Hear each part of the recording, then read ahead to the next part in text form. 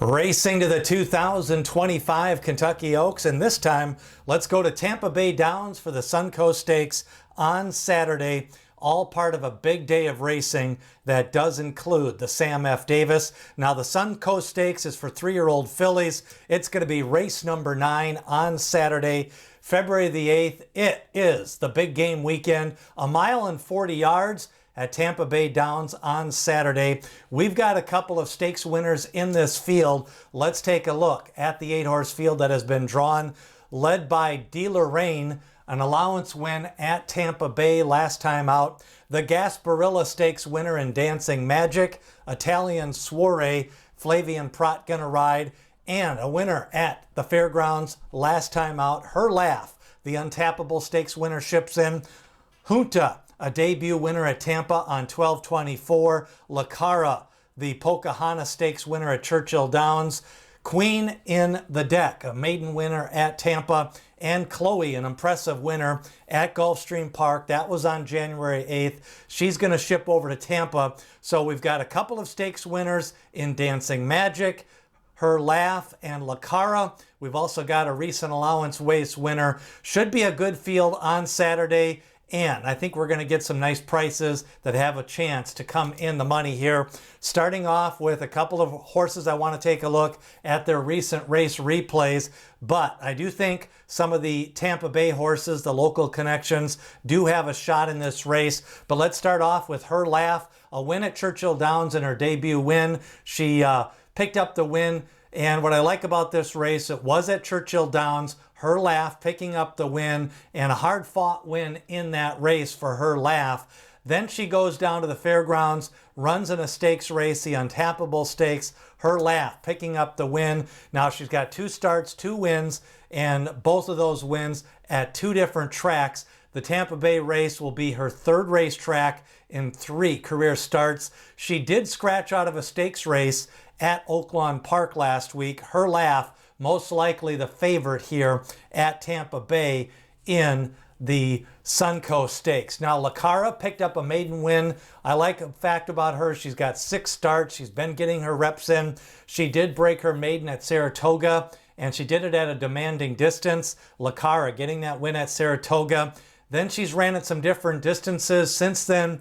What's nice is La Cara did get a win at Churchill Downs in the Pocahontas Stakes. Came a little bit off the pace that day. The pace was fast in the Pocahontas Stakes. La Cara did run in the Breeders' Cup Juvenile Fillies. Now, Dancing Magic got a trip over the track in the Gasparilla Stakes. Came from off the pace. Another race that had a fast pace, and Dancing Magic split horses late, picked up the win in the final strides, got that win at Tampa Bay. Now, Dancing Magic does have stakes experience. She was 3rd in the Sandpiper, 4th in the Myrtlewood. She seems to be kind of slowly progressing with her speed figures, and I think she could be a factor from off the pace, especially if the pace gets a little bit fast here in the Suncoast Stakes. Now, Chloe, another one I wanted to mention. Look at this win at Gulfstream Park. A nice win, bet down in her debut. That was on January 8th at Gulfstream. Debut race, now ships into Tampa Bay. I think she fits form-wise. She's got some recency, and the speed figure in her maiden win puts her competitive here in this spot for Chloe at Tampa Bay. Now, the 6 furlong pace overall, I'm going to put a couple of horses capable of beating on the lead at the 6 furlong mark. I'm going to go with Her Laugh and Chloe as potential pace setters at that 6 furlong mark. Off the pace, you've got Dancing Magic and Italian Soiree. And then the mid-pack to rear runners, you've got La Cara, who probably does her best running in that 4 to 5 lengths off the pace range. De Lorraine at the rail, coming off that allowance win. I think she's going to want to sit 2 to 3 lengths off that pace. But will it be Chloe or Her Laugh? I think the pace overall is going to be average, and it's going to favor those horses near the pace, and Her Laugh and Chloe could have a class edge here on the drop at Tampa Bay. Now, the big handicapping questions, you've got Junta, a recent maiden winner at Tampa Bay. Her Laugh shipping in 2 wins, 2 starts, 2 different tracks. Now she comes to Tampa. And La Cara, she's got race experience with 6 starts, but she needs to kind of pick up those speed figures. Overall, her form has been a little in and out, but I do like the fact that Mark Casse does use the Suncoast Stakes as a prep race for a lot of his good fillies on the trail for the Kentucky Oaks. Now, the current class, you've got the maiden winners in Hunta and Chloe. The allowance stakes horses overall favor Lacara, Dancing Magic, and Her Laugh. I like the fact that Dancing Magic came from off the pace in the Gasparilla Stakes to pick up that win.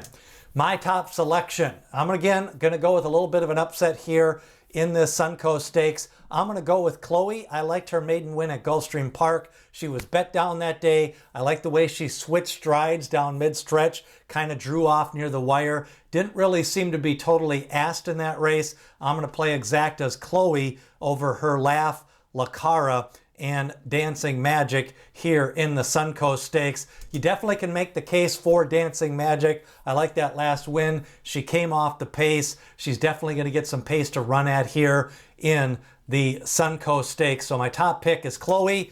And don't forget, the Sam F. Davis is also on Saturday. We've got the preview up of that race. Got some runners making their first starts of the year. We got some maiden winners on the rise, like John Hancock in that Sam F. Davis, but I think a chance at a couple of prices in both the stakes races at Tampa Bay on Saturday.